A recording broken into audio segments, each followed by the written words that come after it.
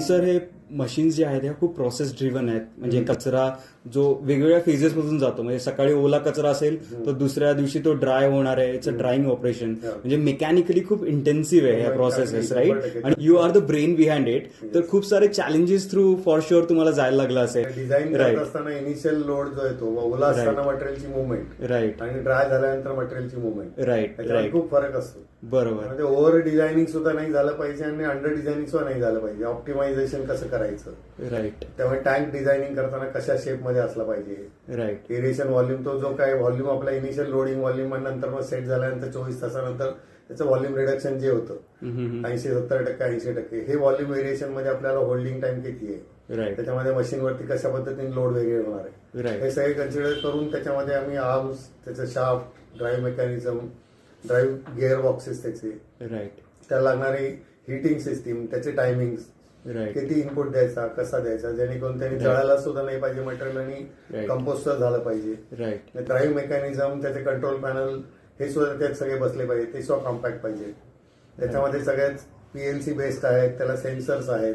Moisture sensor आपण आता add करतोय त्याच्यामध्ये, जेणेकरून मॉइश्चर ठराविक पर्सेंटेजच्या पुढे मॉइश्चर गेले की आपण हिटिंग बंद करतोय, राईट. जेणेकरून पॉवर सेव्हिंग होते त्याच्यामध्ये. आता ऑपरेटिंग कॉस्ट कशा कमी करायचा, राईट, जेणेकरून एन्व्हायरमेंट आपण अननेसरी आपण पॉवर वापरून त्याला इम्बॅलन्स करत नाही ना. Right, right. हा सगळा विचार करत करत मशीन इव्हॉल्व्ह करतो आणि अजून सुद्धा इव्हॉल्वमेंट चालू आहे त्याच्यामध्ये, कसे अजून चालू करता येईल. राईट.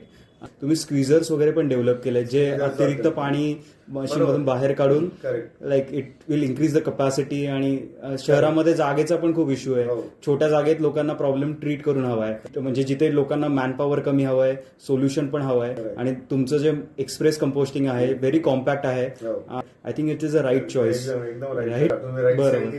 स्क्वीझर्स डेव्हलप केलेत. बरोबर. का तर इलेक्ट्रिकल लोड कमी करण्याकरता मेकॅनिकली जर आपण पाणी जर स्क्वीज करून बाहेर काढलं तर त्या मिनिमम कॉस्टमध्ये आणि मिनिमम टाइम मध्ये आपण पाणी बाहेर काढतो. आणि मध्ये सॉलिड जातात ते आपण एक्सप्रेस कंपोस्टर मध्ये आणि ड्रम कंपोस्टर मध्ये टाकून त्याचं कंपोस्टिंग करतो. राईट.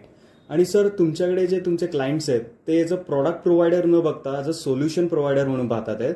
कारण तुमच्याकडे जरी एखादा क्लायंटचं 20 किलो कचरा असेल किंवा तो 100 टन्स कचरा असेल, त्याच्यासाठी तुमच्याकडे वेगवेगळे सोल्युशन्स आहेत. म्हणजे सोसायटीपासून तुम्ही महानगरपालिकेपर्यंत सगळ्यांच्या वेस्ट प्रॉब्लेमसाठी तुमच्याकडे सोल्युशन्स आहेत. 15 टन्स, 20 टन्स, यासाठी काय सोल्युशन आहेत तुमच्याकडे?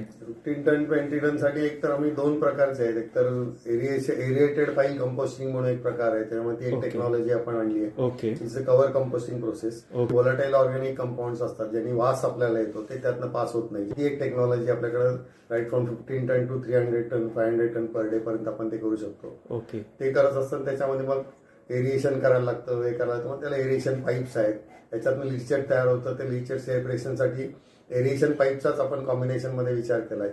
लिचर जमिनीत जात नाही, ते आपले सेंट्रलाइज कलेक्ट होतं. मेंटेन करण्याचा मॉइश्चर सेन्सर्स आहेत, टेम्परेचर सेन्सर्स आहेत.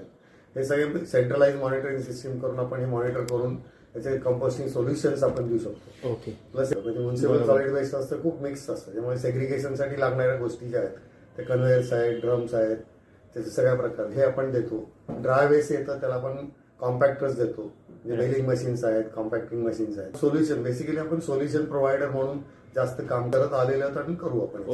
Okay. Anything related to research खूप फेल्युअर्स मधून जायला लागतं प्रत्येक गोष्टीमध्ये. म्हणजे failure is the part of this process. तर त्याला कसं तुम्ही म्हणजे how you look out the failure? मी फेल्युअर म्हणून बघत नाही. ओके. एकंदरीत तुम्ही जर ओपन माइंडेड राहिला आणि जर तुम्हाला इंटिग्रेट म्हणजे नॉलेज इंटिग्रेट करायची कपॅसिटी तुमच्याकडे असेल तर प्रॅक्टिकली बघितलं आपण जे शाळेमध्ये पहिलीपासून 10वी पर्यंत जे काय सायन्स शिकतो, त्या सायन्स मधले हार्डली एक पॅराग्राफ किंवा एक वाक्य ह्याच्यावरती या सगळ्या टेक्नॉलॉजी डेव्हलपमेंट झालेले आहेत. ते तुम्ही कोरिलेट करून त्या बेसिसवरती तुम्ही त्या विषयावरचं अजून ऍडिशनल ज्ञान कलेक्ट करून त्याच्यावरती तुम्ही सोल्युशन प्रोव्हाइड केलं तर ते 100% होऊ शकतं. न होण्यासारखं काहीच नाही. त्या दृष्टीने तशा दृष्टीने मग मी त्या ह्याच्यामध्ये बघतो आणि मला मग तशी मे बी माझी लोकांची काही म्हणजे संच जो तयार झालेला आहे त्या फील्डमधले ते मला त्या ह्याच्यामध्ये मदत करतात. मला एक प्रॉब्लेम म्हणजे ऍडव्हान्टेज असं की मी हे सगळं इंटिग्रेट करू शकतो म्हणून मी डिझायनर म्हणून आहे असं वाटतंय मला. ओके. तर ते इंटिग्रेट करायला तुम्ही जरी शिकलात तर तुम्ही सुद्धा डिझायनर व्हाल, काही प्रॉब्लेम नाही. Right sir. Thank you for your time and thank you for your advice. Thank you.